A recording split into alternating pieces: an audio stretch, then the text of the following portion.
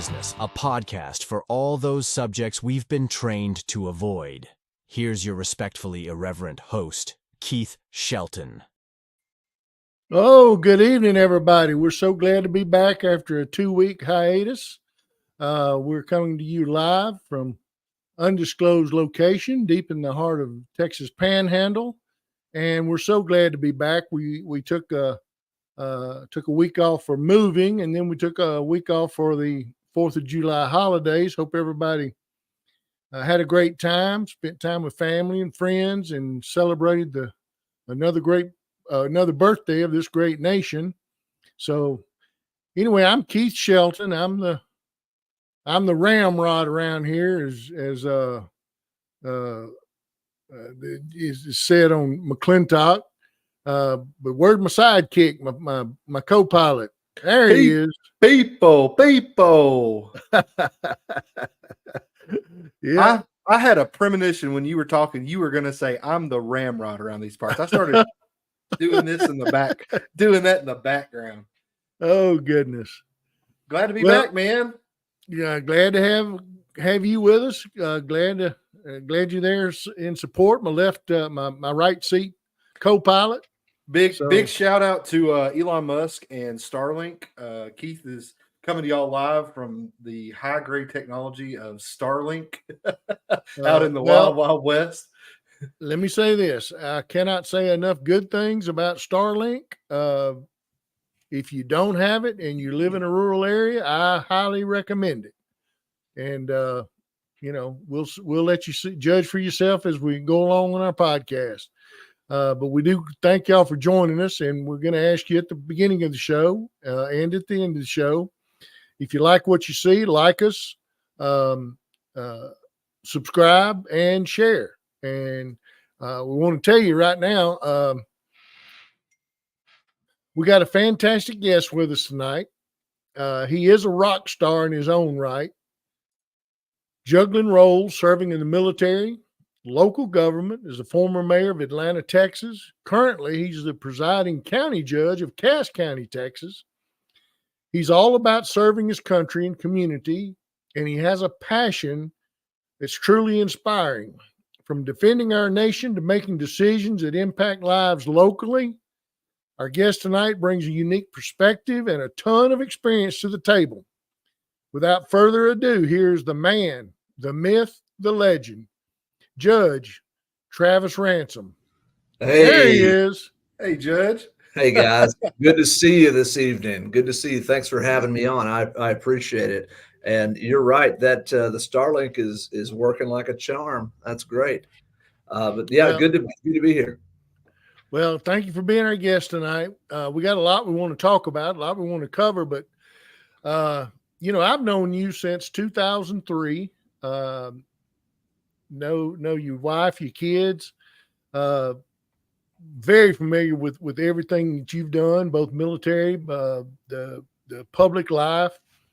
You're a Eagle Scout. You're a father of an Eagle Scout. My goodness. You are. I've told many people. In my mind, you're probably one of the smartest people I know.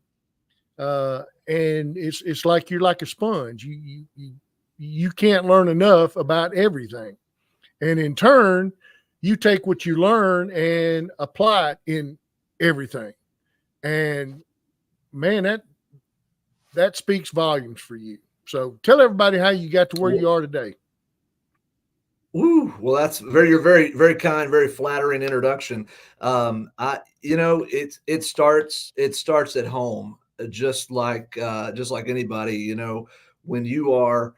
When you're a good citizen in your home, you become a good citizen in the classroom. And then when you're a good citizen in the classroom, you become a good citizen in the community, state, and nation. But it started with the Boy Scouts. I can still recite the Scout oath and law today. And the Scout law is just as important now as it was when Scouting was founded over 100 years ago. The Scout is trustworthy, loyal, helpful, friendly, courteous, kind, obedient, cheerful, thrifty, brave, clean, and reverent. And so I try. I fall short, but that's what I try to do. But there are other organizations that have shaped my life too. The United States Army, they have their own NCO, non-commissioned officers creed. They have their own value statements, and those are part of this. Civic clubs I've been involved in, whether it's the Rotary Club. I don't know if you're familiar with the 4-way test, but the Rotary Club has a 4-way test of the things they say and do. And it's is it the truth? Is it fair to all concerned? Will it build goodwill and better friendship? Will it be beneficial to all concerned? It's a great 4-way test that the Rotarians have. I've been a longtime member of the Atlanta Lions Club, whose motto is "We serve." And it means, local, nationally, or, everywhere, we serve.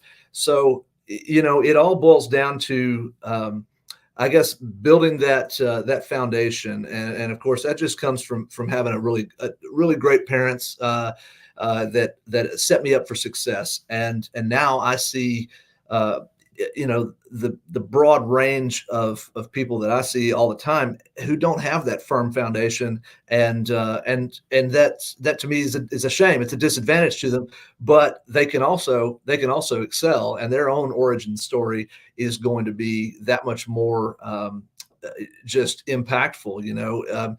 I meet people who they're the first generation in their family to go to school, go to college, or to get a degree or certificate. Those are things that are, when you break the cycle, those are huge things. And my father was that generation in our family. He broke the cycle. He went to school, got the GI Bill. He was drafted in '66, went off and served his country, and then came back, used his GI Bill to go to law school, became an attorney.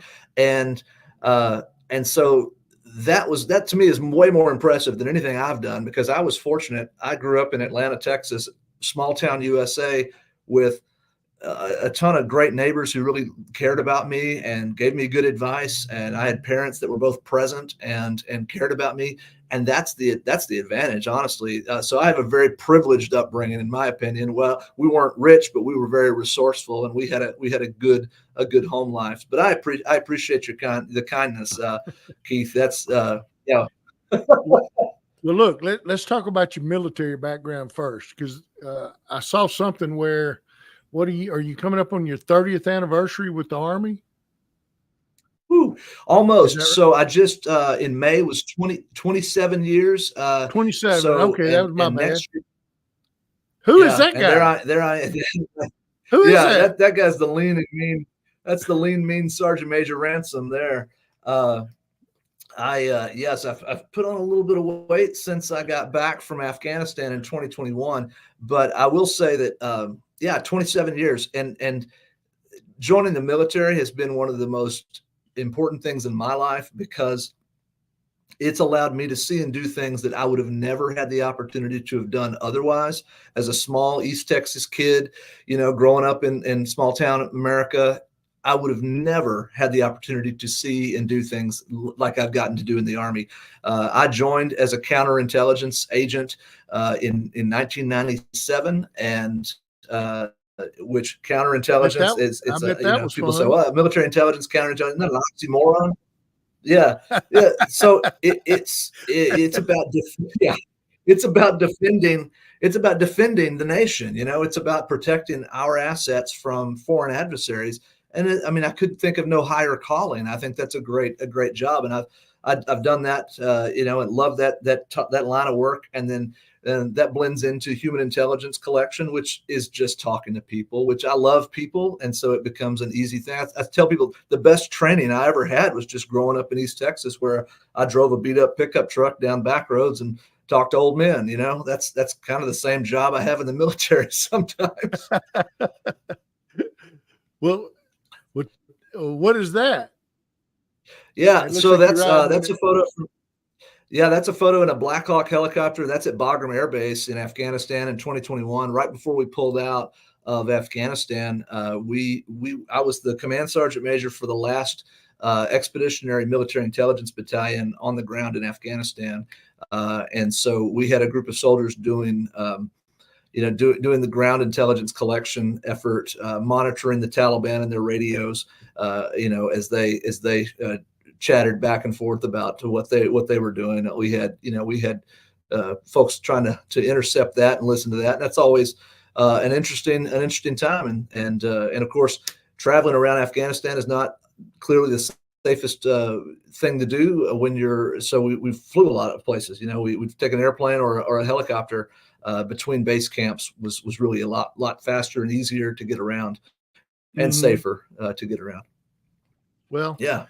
You got any stories you can tell us that aren't classified that either funny or remarkable? Gosh, I not really, other than the silly things that soldiers do when they're deployed and they miss home and they just want to take a break. There was a friend of mine who's a major, and he works for the Secret Service in the civilian capacity, but he's an Army reservist. So he and I were the senior guys on the little compound, and so it was slowing down a little bit towards the end, and we just needed a break. And so we got into the habit of, in the afternoons, we'd go up to the rooftop and lay out on the roof of our building. And we were right next to the airfield, and so these helicopters would come in, and they'd see us laying on the roof, with our shirts off, and just wearing what we call our Ranger panties, which are our little short running shorts. And they'd fly over, and they'd maybe double back, and we'd just wave at them, but it was like that was our day at the beach. We didn't have any water, but we lay out on top of the building and lay out. Yeah, yeah. That was not what they expected to see when they flew into Bagram, was a couple of guys laying out on the roof. So, oh my goodness. So you're still serving today. Obviously, you're coming up on 27 years. You have to do monthly check-ins. Do you still do what are some of the services you still perform today? Yeah. So, I'm in a really unique unit. We're called the 505th Military Intelligence Brigade, and that is the Army's reserve-led military intelligence brigade for a theater. So it's a theater level Army Intelligence Brigade, and so we're assigned to Army North, which is responsible for North America, and so the Homeland Security mission. Last year, I had about 80 guys on the border that were from my unit that were working the border security mission. We generally have between 40 and 60 guys on active duty working for Army North. We also have a battalion that supports Army South, so South America a little bit as well. So we're what I would call an operational unit. That we have a real live military a real job, not just a reservist job. My commander is active duty. My deputy commander is active duty. I have an active duty sergeant major who's my ops sergeant major, but it's a reserve led unit. So it's 3 battalions and about 1,000 soldiers overall that are in that brigade. So it's a lot of fun. It keeps my foot, still in that world, and keeps me engaged. The biggest thing that I like to do now, of course, is just mentoring soldiers and helping guide their careers and visit with them and spending time with the soldiers as they train. And those young soldiers have a lot to learn sometimes, and sometimes they'll teach me some things. So it keeps me young because I like to know the latest, greatest, the most innovative thing I want to know. And so being around young people all the time with the military, it shapes my perspective, and that's a lot of fun. So if counterintelligence, I think kind of like spec ops, James Bond, if you will. Do you ever introduce yourself as Ransom? Travis Ransom, actually.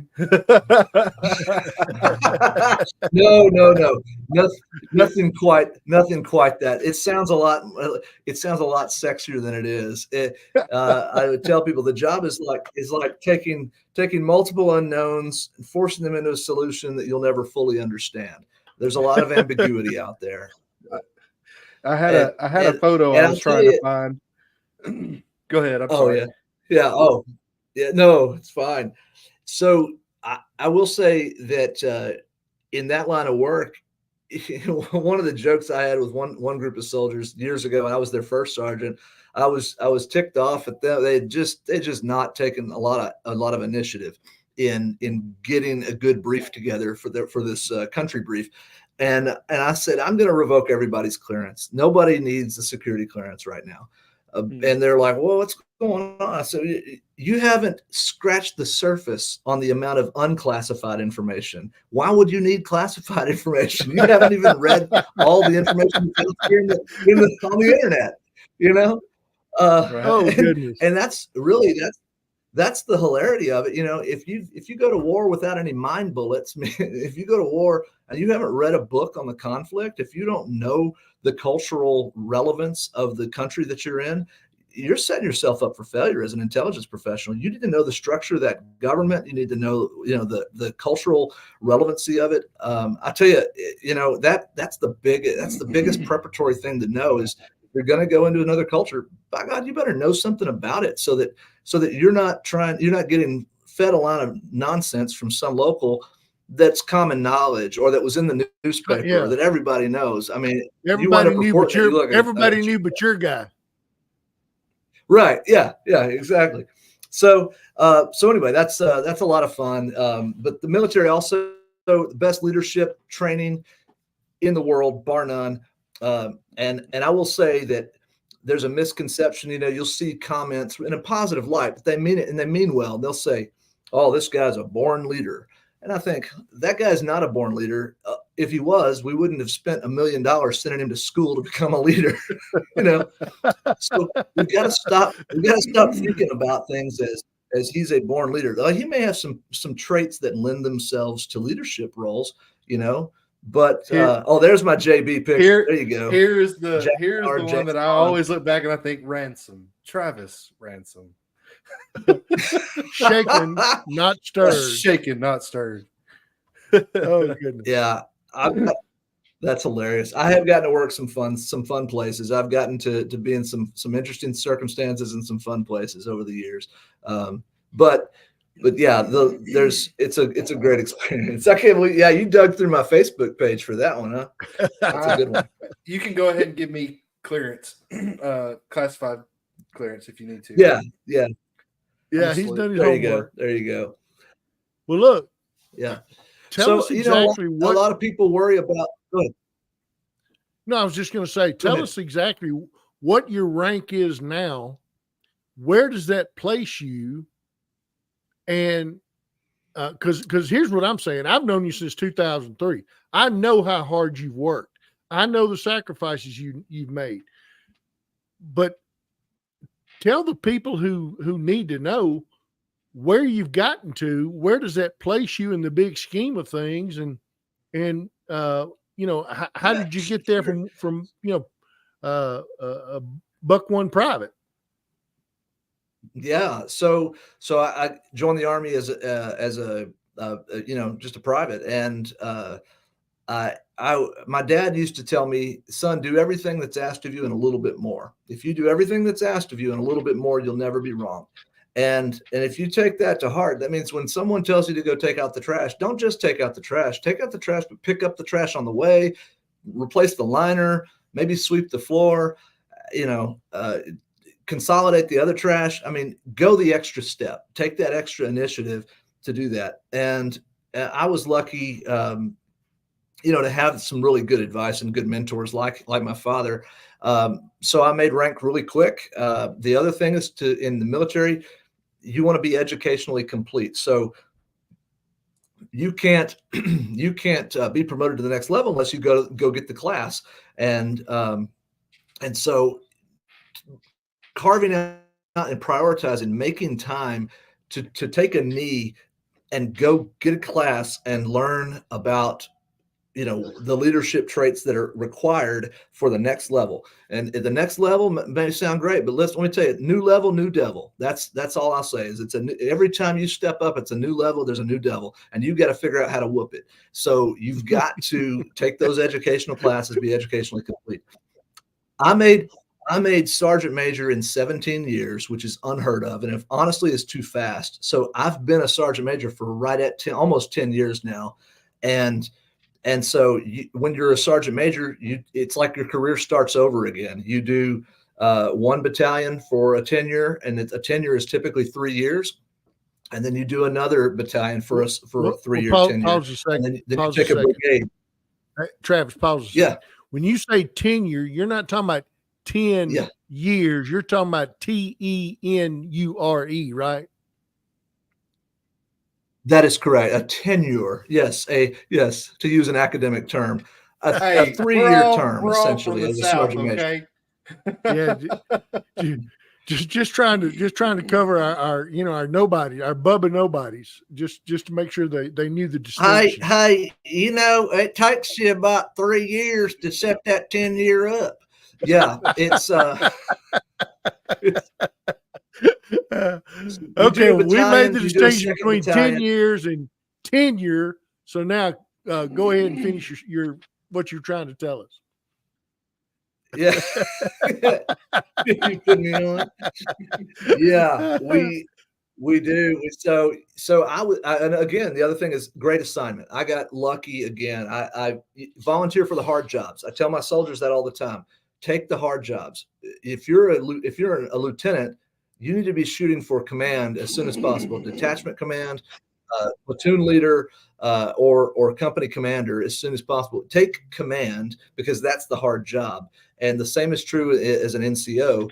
Be that NCOIC of a section. Take responsibility for something and make that and own it. Take ownership of it, and that will get you ahead long term. And so, when I was a staff sergeant, I was the motor pool sergeant. I'm an intelligence guy. I don't, but guess what? I know how vehicles operate. I've been working on old trucks my whole life. So I was the best damn NCOIC of a motor pool that I could ever, that I could be, because that was my job, and that's okay. And that just taking ownership of it, and that's a huge part of it. But anyway, once you get to be sergeant major, your career essentially starts over, and you're doing, you do a battalion here, a battalion there, and then a brigade and a brigade. You get 2 shots at each level, and it's up or out. And so for me, this is my 2nd brigade. So this is my last brigade. And so if I apply in a couple of years when my 3-year tenure is up, if I don't get picked up for a division sergeant major position, then I'll retire. And that's fine. The military has a 100% get out rate. And we've got to be prepared when we reach this level to know when to hang up our spurs and call it done. And because the work, no matter what effort you put into it, the work will never cease. There's always something to be done. We will always have a need for our military to preserve, protect, and defend our nation. And but you've got to carry the baton while you're in the seat and hand it off to the next guy, and know that's the cycle of life. And so I'm at that tail end of the career now, and I've achieved far more than I ever thought possible. And I'll be fine when I'm done, but I'm not done yet. And I just love my soldiers, and I love soldiering. Yeah. Now when I hear you refer to sometimes you say command sergeant major. Is there a significance to that? Oh, yeah. So the highest enlisted rank you can be is a sergeant major. And so if you're a sergeant major, you're an E9. But if you're a command sergeant major, that means that you are an E9 who has been given the command billet. So you are a command partner with the commander. So we're a partnership. It's the job of the commander to accept prudent risk and to have a vision. And it's the job of the command sergeant major to implement the vision and mentor the soldiers, and focus on individual training that nests into collective training that gets the mission accomplished. So he has the vision and I implement the vision, or she has the vision and I implement the vision. I've had male and female commanders, either one. You have, as a sergeant major, you don't get a choice. It's your work life, whether you want it or not. And and you know what?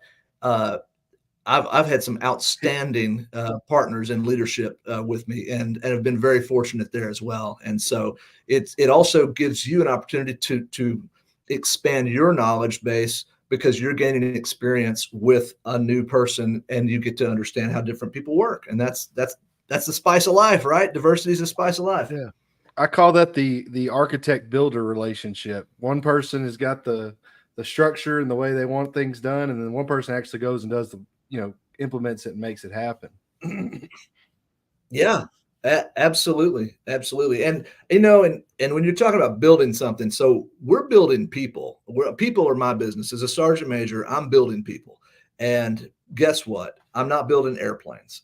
If I was building airplanes, it would be a zero defect mentality, right? Zero defects are we just saw that door pop off that airplane, right? And all those people are buckled in, and they're just like, I mean, I cannot imagine the dang door flying off while I was in flight. Okay. Like, that's a problem. We need zero defect when it comes to airplanes. Okay. When it comes to people, that doesn't exist. You have to accept that people are flawed. We are inherently flawed. It's how do you deal with those things and build people up and get over those problems, because they're going to mess up. They're not like my soldiers are going to mess up, but they're not going to invent some new way to mess up. It's all the same old stuff. So, it's always a DWI or a domestic violence or drugs or addiction or it's always the same stuff. It's not like no one's invented a new way to screw up in this next generation. I'm just telling you, they're not that creative. So, yeah. Don't give them that much credit. They've not created a new way to screw up. So, yeah. So, but we're not building airplanes. We're building people. They're going to they're going to have defects, and the same is true when I look at it as a judge, and I have and I want to reduce recidivism. To reduce recidivism and to get an employed workforce, when it says, "Are you a felon?" on that job application, if that automatically disqualifies you for the job, I understand, but listen, felon is a very broad range of crime, and it could be from pretty serious to okay, it's a long time ago. It was a nonviolent offense, but it was a felony, but it was because it was over a certain level.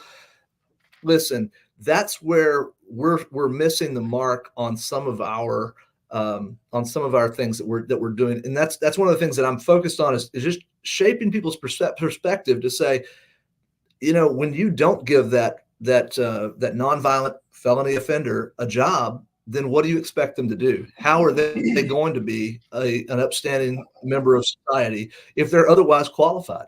And so we've worked with a prison reentry program in our area that has really been an eye opener for me.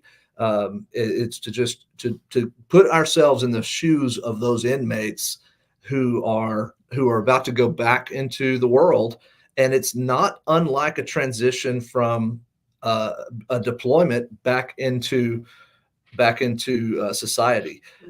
Civilian life. Yeah, into civilian society. Yeah, from my deployment, where guess what? I wore the same thing every day.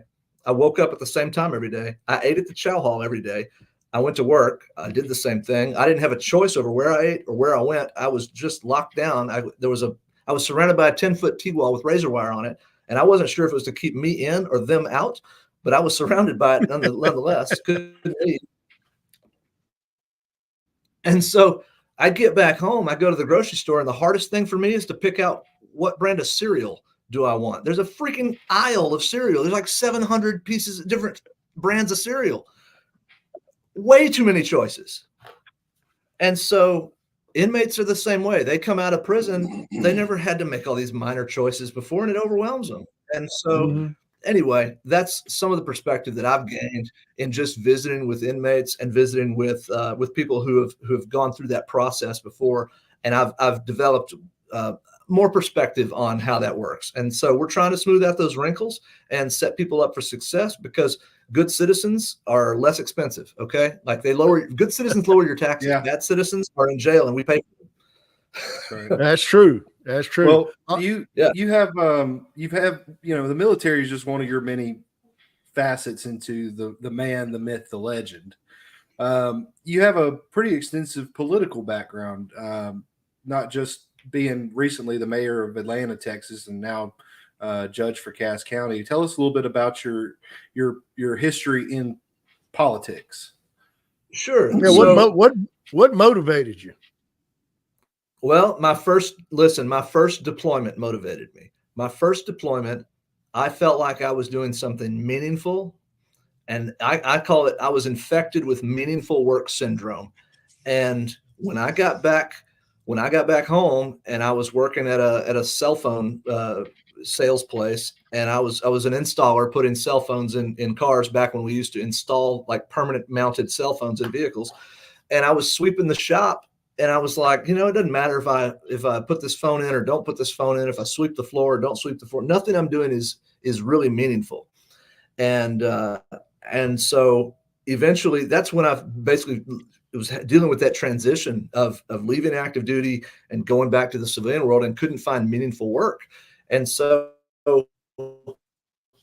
I volunteered to work on a campaign, and the state senator that I volunteered, it was an open seat for a state senate seat in Texas, Northeast Texas. And so we hit it off, and he offered me a job. And so I took it and staffed his office, and I learned about the legislative process. So I worked in the state legislature as a staffer for almost 11 years, and worked in the district where I was with the people. But I went to Austin. As you know, in Texas, we have a part-time legislature. They're in session for about 140 days every other year. So in odd number of years, they go to Austin for legislative session. So during legislative session, frequently I was in Austin, working as a staffer for business and commerce, natural resources, military affairs, a lot of different great, experiences down there, learning how that all works. So fast forward to today, like this year, I've drafted a piece of legislation because I have new perspective as a county judge. You may be surprised to know that counties pay the motor fuels tax in Texas. The motor fuels tax was implemented in 1991. It's 20 cents a gallon, and everybody pays it at the pump. It's not broken out on your receipt, so you don't ever see it. And because it's never changed, nobody realizes it's 20 cents a gallon for motor fuels tax. Well, my sheriff's department that enforces state law pays 20 cents a gallon on every sheriff's vehicle they fill up, just like every other citizen. And so my sheriff's department burns about 100,000 gallons a year. And then all my commissioners and their road crews, they burn probably another 100,000 a year. Well, that's about $40,000 in tax money that my county is sending to the state. Then the state takes a formula. They have something called the linear roads fund, and it's funded by the motor fuels tax. A formula to calculate how many miles do you have in a rural area, and they cut us a check for whatever the formula works out to be every year, and dollars a year. So it's about $41,000 a year that the state writes us back. So we're paying the tax to the state. The state is regurgitating it and processing it and then cutting us a check back. That's called inefficient government. That's called tax churn.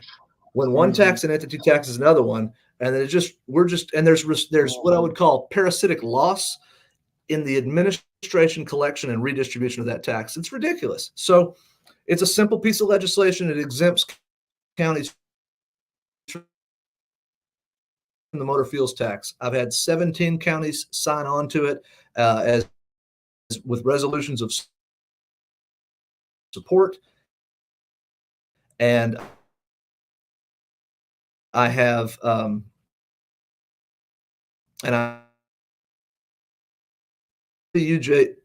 there I'm back. There you go. We got you back now. 17 counties signed on. Okay, I don't know where I fell up. No, yeah, 17 counties signed on to it. Yeah. So the next legislative session, I hope to have that passed, and that will save the state of Texas it'll save all the counties a lot of money, and it will indirectly save Texas some money because it's just better government efficiency. Well, it takes time and money to pay people to process that kind of stuff. So that's just cutting out inefficiencies altogether. Exactly. And Travis, that's one of the things you and I. So that's one thing I'm working on. No, I was going to say that's one thing you and I have talked about so much is things that just seem to make sense. Why does our government not work as efficiently and as business-like as business people have to? And that's been something you've been, pounding on for as long as I've known you. So what you just said, what you just told us about, is nothing but more of what I've been hearing you say for 15, 20 years. Yeah, it's it's not sexy, it's not exciting, it's it doesn't grab a headline, it's not scandalous, yeah, I don't know. I just it's not.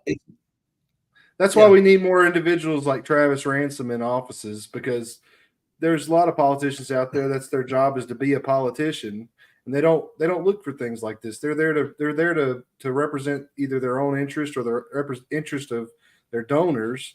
And you got people like Travis who've been in the military, who've gone through and worked through these things, and who can rationally think about stuff like this and have a perspective, with his background. And he looks for things like this. We need more politicians like Travis Ransom. But they're not politicians. I appreciate it. Yeah. Well, sergeants major are about getting things done, and that's what I've been about. I've taken the leadership principles that I've learned in the military and just applied them in a local government, whether it was using participatory leadership as the mayor, whether it was using the communication skills that I learned in the military as a mayor and now as a county judge, that building coalitions, building teams, not worrying about who gets credit for it, but just getting things done. And you want to grow up in a place where people are proud to be from there. You want people to believe in American exceptionalism. And if you want to believe in that, then make America exceptional. Then do your part, take ownership. It's not enough to just vote. Democracy does not work. You have to work it. And it takes all kinds. You need people that will build the door, pay for the door, or open the door. If you've got all three kinds of those people on any board, whether it's a nonprofit or whether it's a school board, whether it's a city council or a commissioner's court, you need a way to pay for it, build it, or open it. And that's the door, as I call it. Building the door is sweat equity, putting sweat equity in it to actually get something done. Paying for the door, somebody's got to pay for it, whether it's donors or whether it's tax dollars or whatever. That you need to set a budget and stick to it and build it out. And then open the door to new audiences.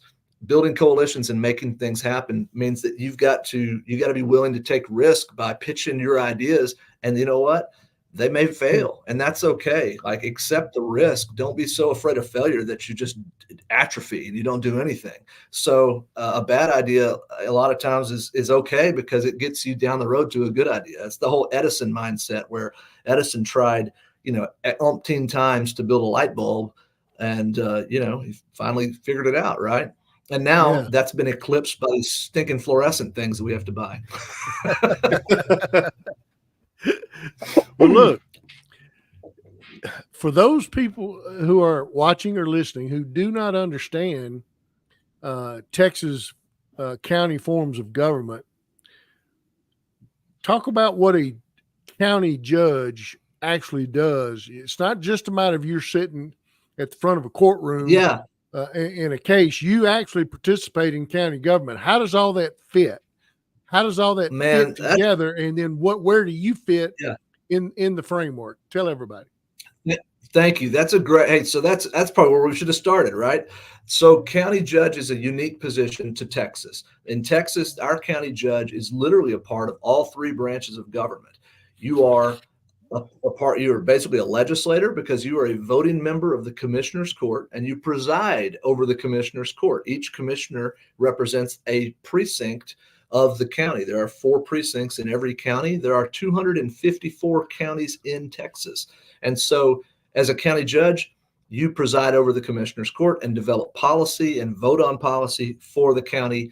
as the county judge, you are also the CEO of the county, the chief executive officer. You execute all contracts, you negotiate those contracts, and you you establish essentially you're the one that presents the budget to the commissioner's court to be voted on. You're elected countywide, and so you're part of the executive branch as the executor. You're part of the legislative branch as a voting member of the court. You're also part of the judicial branch as the constitutional county judge in your county. So you have broad authority. If you're in a rural county, you have broad authority over. I have mental health commitments. I have probate matters, guardianships, as well as misdemeanor court. And so I'm not an attorney, but I am the judge. And that means that I've had to go to training to get schooled up on how probate and guardianships and in misdemeanor court, those judicial roles, I've had to receive additional training for because I'm not an attorney, which limits my ability to do even more serious trials. But thank God it's not my purview because I got enough to say grace over. I don't want any more. But it's a unique job in Texas. And if you know one county government well, you know one county government well, because there are 254 counties and they're just as unique as a fingerprint. All of them are different. I also will say that county judge, you're responsible for everything. You have authority over nothing. And that's because your county commissioners are all four elected. Well, I mean, it's like being a sergeant major, because if you're a sergeant major, you're responsible for everything, but the commander has the authority. It's the same. Yeah. As a county judge, it's a big exercise in getting along with others, because the district clerk is elected, the county clerk is elected, the county treasurer is elected, the auditor is appointed by the district judge who is elected, the county commissioners are all elected, the justice of the peace are all elected, the constables are all elected, the sheriff is elected. Everyone at the county level, at the department head level, are elected people that I have no authority over. And that's the way that was designed, because they did not want to consolidate too much power at any one level. And so it's very fragmented, but it's unique to Texas, and it works. I mean, it works, some better than others. I'm fortunate in my county, a very open dialogue all the time with most of, everybody that's at the table. Once a month, I bring all the department heads together just to tell them what we got going on, who's working on what, just to level the bubbles, as we say in the military, to get everybody on the same sheet of music and hopefully singing out of the same hymnal. Well, you started out as mayor of Atlanta. What made you want to move to this role? You were at a position that you could help on the city level. Here you're moving to a broader county, legislative, judicial, executive level. What was the inspiration for you to move into the next phase for Cass County Judge? Sure. So when I worked for the senator, the primary contact that I had as an aide in the district was every county. So we were over 16 counties in Northeast Texas back then, and I was responsible for 7 in the north portion of the district. So I had Red River, Bowie, Lamar, Titus, Morris, Franklin, and Camp counties, and so those counties, my primary point of contact was the county judge in those counties. And so I was constantly in touch with the county judge when I was a district director for the state senator. I was appointed mayor. I've always loved my town, loved my hometown. I was appointed as mayor when our mayor passed away unexpectedly. And I just fell right into it, loved it, took ownership of it. I treated it like a full-time job, even though it paid me $100 a month. But I just attacked it with a vengeance, and I wanted people to be proud of the community they call home. I wanted them to feel the same way I feel about my town, and it's not to just be frustrated and throw up my hands and complain on social media. It's to actually get involved and do something. And so that's where we started establishing good policy. And we had a lot of problems with blight properties that we tore down. We've changed our codes so that we had some teeth in them to get after some blight properties, and we had we had some real big wins as a mayor. And so when the county judge decided not to run again, it became an open seat. And I thought, well, this is the next logical step, I guess, is to just kind of talk to my wife about it. Emily and I talked about it, and she hates me campaigning. She doesn't like the campaign. She doesn't like all the attention. She doesn't like the attention that the kids get at school. I mean, it's hard on the family. But we felt like it was the right thing to do, and so I jumped in with both feet. And so I went from worrying about 14 square miles at the city to 958 square miles at the county, from 5,000 constituents or 6,000 constituents at the city to about 30,000 constituents at the county level. And so that's a big responsibility, but I've learned so much in the first 2 years have just been a whirlwind. We've gotten so much done that, I mean, we established a vision for Cass County, and we're just implementing it now, and it's wonderful. So, and I'll tell it to you just in case I didn't say it already. Cass County strives to be the example rural Texas county for innovation, transparency, and accessibility. We nest everything we do into those three things. We've got to be innovative because we don't have the tax base to underwrite dumb decisions. We have to be smart about the way we do business and look for ways for more efficient government to do business better. We have to be innovative. We have to be accessible to the people. That means having a customer service mindset. So when someone calls, and because let me tell you, complaining about the government is as common as complaining about the weather in Texas. Okay. Yeah. Amen. I get it. Yeah, I get it. So, Shazam. So when someone calls our office, we try to help them. I mean, it's a novel idea, but it's like, you call, we're going to try to help you. It may not be in our lane, but guess what? We are subject matter experts on local government, state government, federal government. We're going to try to get you in the right lane and get you down the road. So we have to be accessible to the people, and then transparent. My business is the business of the people. My books are wide open. We don't have any secrets at the state or at the county level. We don't have any secrets. All right. So we just last week, was it last week or this week? We just last week got awarded a transparency star from the state comptroller's office for financial transparency, which is a historical first for Cass County. I'm super proud of that.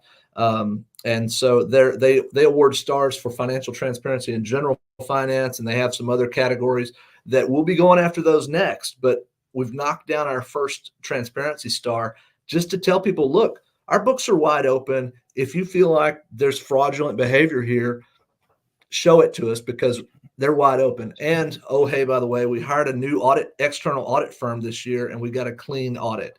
So we are completely above board, and that's why you've got to be at a small business, in a small community, small business, small government. So those are our three things, and that's our vision. I share it with everybody, and me sharing it with them, it just holds us accountable. When I tell people that's what our vision is, it holds us accountable for that. Yeah, that's me. That's basically me. Any day. Well, I think you'd be proud of me. I actually had the pleasure this past year of working on my first campaign. I had a guy we work with at our office. He ran for Lubbock County Commissioner, and Cool. I don't know. I must have fooled him somehow because he asked me to be his volunteer coordinator. But nonetheless, I got to see firsthand how a campaign's run. I mean, he was out there knocking doors every single day from day one all the way to the end of the campaign. It is a lot. I know it has to be a lot on you and the family. And did you run opposed? Were you unopposed? What kind of prep did you have to do to get kicked off on a campaign like that?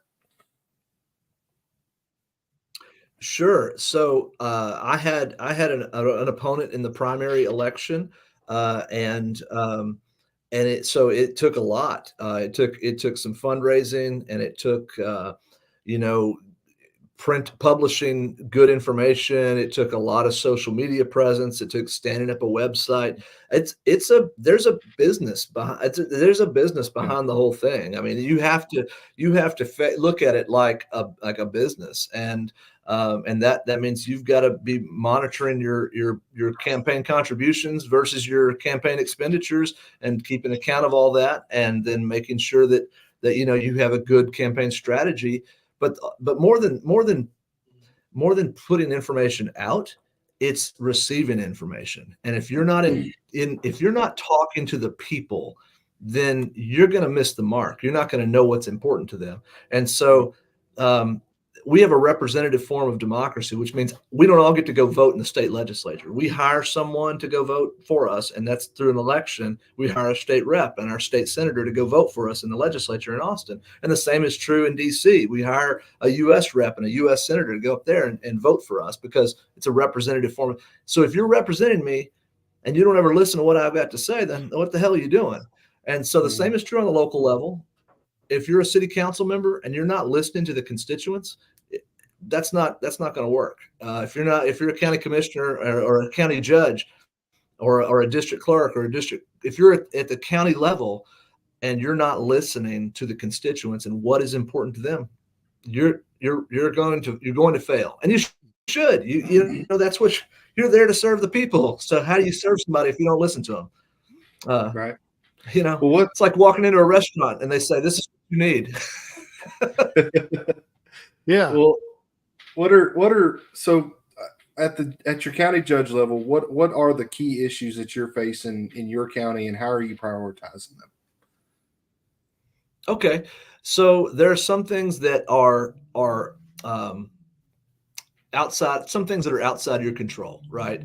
And those are things like the amount of money that it takes for indigent health care. So you're on the hook for indigent health care in your county as a county judge or as a county.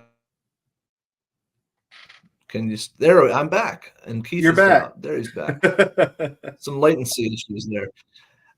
So everybody wants to talk about roads, and because we have 1,000 linear miles of roads, and it's impossible to maintain with the budget that we have for the roads right now. But we didn't get into and I'll use an old phrase. You'll hear tons of politicians say it, but it's true. We didn't get into this problem overnight. We're not going to get out of it overnight. But we're being deliberate about establishing good policies and procedures that will pour more of our resources onto county roads so that we can slowly pull ourselves out of that problem set. You got to manage water. So water on the roads, we get 48 inches of rainfall a year in Cass County, and we have 1,000 linear miles of road. You got to get the water off the roads, and then you've got to be able to afford to buy decent equipment, train your workforce, and maintain your workforce, and then get after the problem and fix those roads. So that's a big part of the commissioner's job, honestly. But it's my job to help them find a way to fund that. And so we've done some creative things. We've gotten a lot of grant money in from the state and feds. We've recovered over $1 million of grant money in the last year, which for a county our size of a budget between $12 and $16 million, depending upon what you include, that's a lot of money. And so we're going to be able to set up a real creative thing, which is basically a transportation trust fund where we'll be investing $4 million, $1 million for each precinct, and allow the interest of that to roll back into the fund every year. We'll skim 75% of the interest earned and roll 25% back into the fund, so the fund grows over time. But that's enough interest that we will be able to use that to finance equipment if we need to, or to buy material if we need to. It's unrestricted funds that we're just sitting there in reserve, that we have to maintain a 10-month reserve, or at least that's our goal. We maintain a 10-month reserve. But when I got on board, we weren't really moving money out of checking fast enough and investing well. So now we're investing. So like 2 years ago, I think, of course, interest rates are higher now too. But 2 years ago, I think we earned like $75,000 in interest. Last year we earned like $540,000 in interest, and this year Oh, we're going to earn goodness. 700,000 in interest. So that makes a difference of just being real deliberate and establishing good policies and procedures of saying, hey, I need this much in that checking account, and I need you to sweep that account monthly and make sure that I don't go over that. Everything else needs to be invested. So we're drawing 5.25% or 5.4% or whatever our investment pool is allowing us to draw at that time, because that's every dollar we can get from something else like that is a dollar I don't have to get from property taxes. And let's be honest, everybody hates property taxes, including me. And we have a low tax rate in Cass County. But we have some resources also, like we've got some land that had just been, foreclosed over the years. We have 1,000 acres of land in 10 different tracts. And so I hired we got a timber consultant to come in, and I say I hired him, he did it for free, but I got a timber consultant to come in and build us a 10-year plan. When do we thin? When do we cut? When do we replant? What's the plan for this land? Because I want to treat this like a business, so that we're not squandering our resources just sitting there, because every dollar I can get from that timber operation is a dollar I don't have to get from property tax, and I can serve the citizens, put more money back on the road. And is that what the heck kind of operation you got going on? I'm way too serious tonight. That's the operation. Yeah, I've been way too serious tonight, guys. I'm so sorry. No, we're glad to hear it. Sometimes it's just levity is hitting it at the right place. So I'm just curious if that was your timber manager on that tractor. Yeah, that's my timber manager on that tractor. That's about right. Yeah, that's about right. Yeah, I really appreciate. And while we're talking, well, I was just going to say, Travis, I really appreciate that the way you talk about it. You talk about managing government like a business, and right now we need more of that. Yeah. It's not being run like a business, it's being run like a playground. And that's why we hold such high respect for you, and all the times you come down, if you're ever around in the area, we have lunch with you. We love to hear about what you're working on and what's going on. And this is what we wanted to do, is have a platform for the world to know about you, because we love you to death, and we think there should be more Travis Ransoms in office. So well, man, guys, I appreciate it. I will say that, to be a good leader, you got to first be a good follower. And I was very fortunate to serve under some really outstanding leadership, and was able to be molded into a better follower, with some good mentors and good leadership. My company commander, when I joined the Army, is now a 2-star general, and he and I still stay in touch. He's a phenomenal leader, and it's forging those relationships and seeing so many examples of good leadership, and then just taking them to heart, and then pulling those little nuggets out when you need them, and applying them in positions that you're in. And God opens doors for you all the time. I'm a big church goer. I wouldn't call myself a holy roller, but I am a big church goer. And one of the things I didn't mention when I was rolling through all the values and all the the Rotarians 4-way test and the Lions Club's motto is the 10 Commandments. The 10 Commandments is a pretty solid piece of work. It's like shorter than a tweet, and people still talking about it. So it's a pretty good deal. But I would just say that when I take the oath to uphold and defend the Constitution against all enemies, foreign and domestic, when I'm taking the oath, it means something. Okay. And because I'm taking that oath to a higher power. And if you're not, then who are you taking that oath to? Because if it's to you yourself, that's not enough for me. That's just not enough. Mm-hmm. It needs to be to something bigger than yourself, because you're part of something bigger than yourself. And so, so that's, to not to preach, but man, it's a big deal with me. And now I treat everybody with dignity and respect, regardless of their belief system. And I love them all the same, because that's what Jesus would do.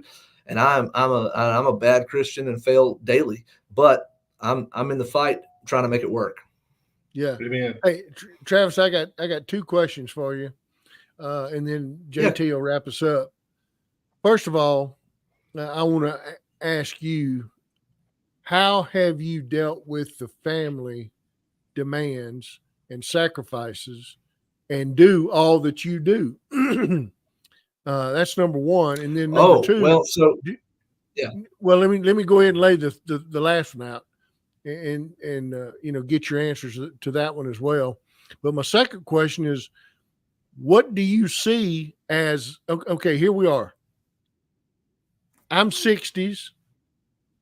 What's your decade, Travis? 40s. I'm You don't have to answer 46. that. Huh?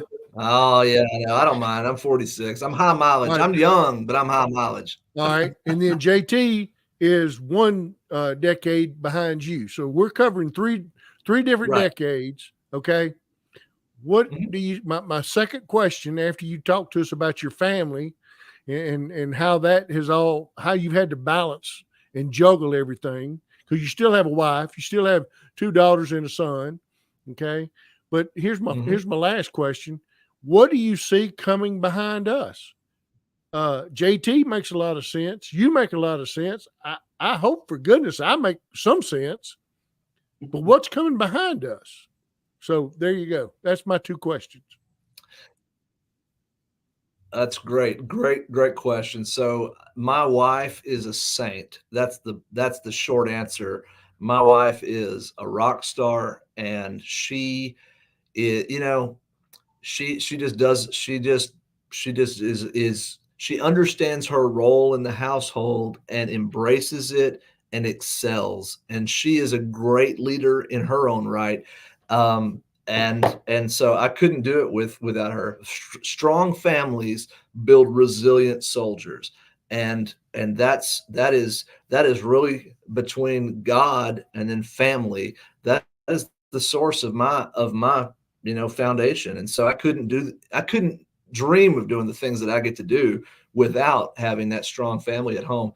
And practically speaking, you gotta, and I see this with soldiers, and I tell them the same thing. Look, I had a sheet of paper that I'll put on the refrigerator before I leave for a deployment, and it says, call this guy if you have a plumbing issue, call this guy if you have an electrical issue, call this guy if you have an air conditioning issue, call this person if you have a car issue, call this person if you have a glass issue, if the glass window breaks or something, call this person if you don't know who else to call. He's just resourceful. And a couple of backups. Call this person when you need a meal. Call this person if you got the sniffles. And I've got a resource sheet that's built of a network in this small community, this town, that really gets behind me when I deploy. Like when I deployed to Afghanistan in 2020 during COVID, this town came together and support. I was mayor of the town, and I got deployed as a reservist. I ran 2 city council meetings from Afghanistan because we wouldn't have had a quorum otherwise. And I ran them through Zoom. It was available because it was COVID times, but I couldn't have done any of that without a strong wife and then a great community network that steps up to support me and my family when I'm out of town, when I'm out there serving. They step in, and so the community is huge, and you just don't get that anywhere. But you get that when you get off interstate and you find small town USA. You get that authentic American experience is out there. So I'll say this about the generational thing you mentioned. When Vietnam vets, I'll back up beyond that. When Korean War vets went to the American Legion the first night, they probably got a rash of whatever from the World War II vets. Look at those Korean War vets, those young bucks. They don't know anything. And then when the Vietnam vets walked in, the Korean War vets looked over at them and said, look at those drafty, dope smoking hippies. We don't like those guys. And then what happened? The Gulf War vets come along and they're like, man, you had a 100-hour war. We were in Vietnam for 15 years. And then now the Afghanistan and Iraq guys come along, and what are they saying about us? Right? Look at those young bucks. Nobody had it as hard as I had it. There's givers of the tab and there's keepers of the tab. There's those that say, you never had it as hard as I had it, so I'm going to be hard on you, and you're not going to ever get it. And then there's guys who will say, you know what? Let me take you under my wing. Let me tell you what I learned, and let me learn from you, and let's level the bubbles here and treat people with dignity and respect. And I think you'll find that the next generation of soldiers are outstanding. And I'll tell you, if you don't want to lead them, then you shouldn't be talking bad about them too. That's the other thing. And I've caught some junior leaders who will say, well, these millennials or all these Gen Zers, they're not XYZ or whatever. They're not this, that, and the other. They use dumb stereotypes to describe them. And yeah, there's some dumb stereotypes out there about millennials and Gen Zers. But I'll tell you this, there's some no doubt bad dudes out there who are doing great things for America. And I've seen it firsthand. And they are, listen, there's some great American heroes out there coming out of that generation. So every generation, it's a new level, new devil. It's the same, just like the other one. And while I do have concerns about the slow degradation of American exceptionalism, because I truly believe that America is special and by providence, I worry that as we find ourselves too many times we too many times don't see ourselves as special. We see ourselves as just another nation in the world. That's not great. We need to see ourselves as a leader in the nation, leader in the world. I mean, Texas is to the United States what the United States should be to the world, and that is, it's not time to abandon; it's time to lead. And that's, so those new generation, there's some rock stars out there, and they'll avail themselves, and we'll be okay. we just gotta mentor them a little bit. Yeah. JT. Well, Travis, man, this has been a great show. We have been looking forward to having you on for a couple of months now. I'm glad we could finally squeeze into your schedule. Take the last minute, talk to the audience, tell them what you got going on, what you're working on, what your goals and your insights are. What do you want your people to hear? Yeah, when are we going to start calling you Governor Ransom? That's what I want to know. Yeah, well, listen. So, hey, I talked about I had a Flag Day event recently, and I talked. A friend of mine gave me this book. It was called American Citizenship, and it was published in 1931. And I don't have it with me, but I've got a little excerpt from it that I'm going to read. And it said, so basically, think about this: 1931. This book was published after World War I, but before World War II. And it begins saying, but one of the great lessons taught by the World War was that our schools had failed to give sufficient training in the practical duties of citizenship. And so this book was trying to rectify that. And it said, look, if the Constitution is worth studying at all, it should be given equal prominence with other civic facts. To treat it otherwise is to minimize its importance and put a premium upon its omission or neglect. The schools of America must save America. The schools of America should no more consider graduation of a student who lacks faith in our government than a school of theology should graduate a minister who lacks faith in God. And I read that opening paragraph, and it just spoke to me. I thought, man, that's huge. That speaks such volumes. And so I think we need to invest in our young people and bring them up in the ways that where they understand that they have an active part in this experiment we call democracy. And so in closing, thank you for letting me ramble so much. I would just say, I encourage people to get involved. If you don't know how to get involved, get in touch with me and I will tell you how to get involved. But I can say that in any community, there are people who have a heart for service, and there are people who some of them haven't given up their seat because they don't have a succession plan. They don't know who's chomping at the bit to take their seat next. And so sometimes all it takes is a knock on the door or a phone call and say, hey, Mr. City Councilman, I'm interested in serving my community. Are there any boards that I could serve on? Or, you represent me. Is there some way I can help you as a city council member? Or if you're interested in party politics, precinct chair is the grassroots level. Every county has precincts, and every precinct, that's your voting box. Every precinct needs a precinct chair. That's where to get started. Start at the bottom and make a difference. I hear the outro music. I'll shut up. You did not. Well, Travis, thank you so much for joining us, man. It's like JT said, we've been looking forward to this for several months. glad to have you. We just believe you're up and coming leadership. What you've already shown in your what I consider your young life. You're in your 40s, and all the things you've done, all the places you've been, the experiences that have given you wisdom and insight into things. We're your biggest cheerleaders. We're glad to have you, and we thank you for giving us your time. Next time you're on, by the way, we want to hear about these fabled road trips. We want to hear about the road trips. The Indianapolis, the Route 66. That's you being the best yes. mechanic in the motor pool. We want to hear some of those stories that you've shared with us before. We think our listeners and our viewers would love to hear some of those next time. That'd probably be a lot more fun.